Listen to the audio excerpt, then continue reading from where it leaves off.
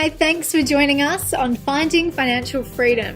Today we have a special guest joining us who is going to tell us their story of their financial journey so that we can all learn from it and get some great tips for our own situations.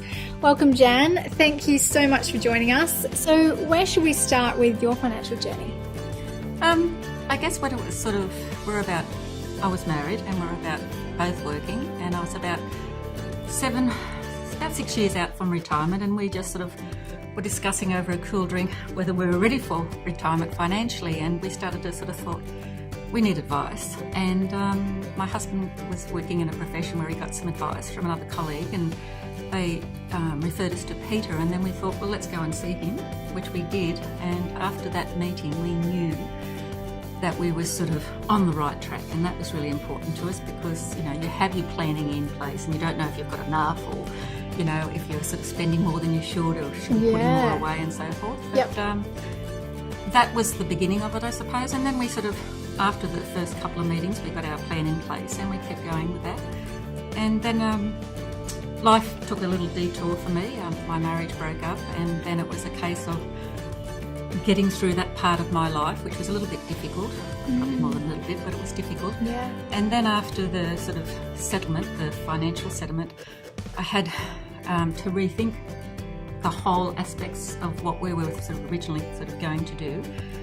And I thought I have to go and see Peter again. So I made a time to go and see him. And it was there that when I was talking to him and sort of saying to him that it was a bit difficult when you're on your own, and you had this sort of situation where you were both planning, you had two good incomes coming in, and you had a sort of a vision of the future, and that had changed. It was like a roadblock, and I just didn't know where I was going. Yep. And Peter sort of, we met a couple of times, and I remember him coming to the apartment I had at Little Bay, and we were just talking, and I just turned around to him and said, look, I really have to trust you. I said, I've got not so much no one in my life, but the financial aspects of these sort of things. I just don't know how to manage it all.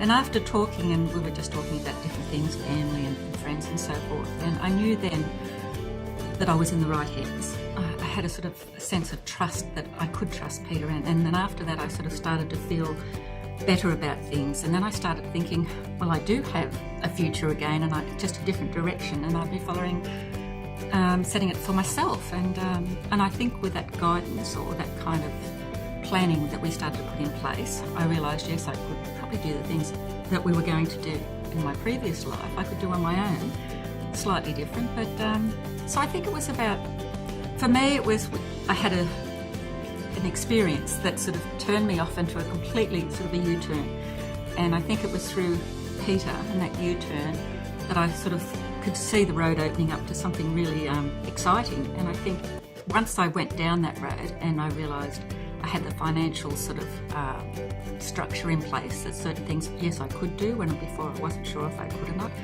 It was...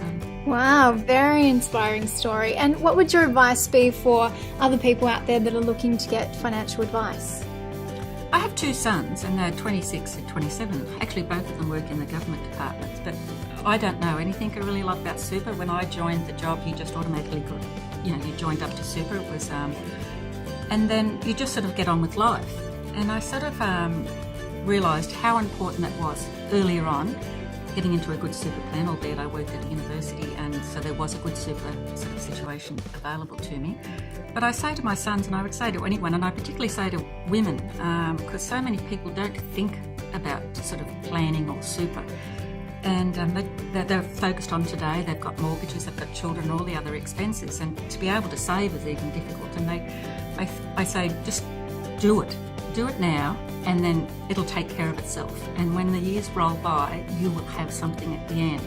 And then after all the hard work and all the things you do to bring up a family and so forth, and one day you'll be able to have that other part of your life, which is the sort of the next stage of your life, where you can sort of travel, do all the things you want to do, if you plan early, you know what I mean? And I think people sort of just don't think that far ahead, and I can understand that, but I've always sort of thought, once you lock it in, it's like anything, it's in, it's a part of your expenses, your lifestyle, it's just there, and then just get on with your lives. But allow that to be allocated in your overall planning or budget. You know what I mean? Okay.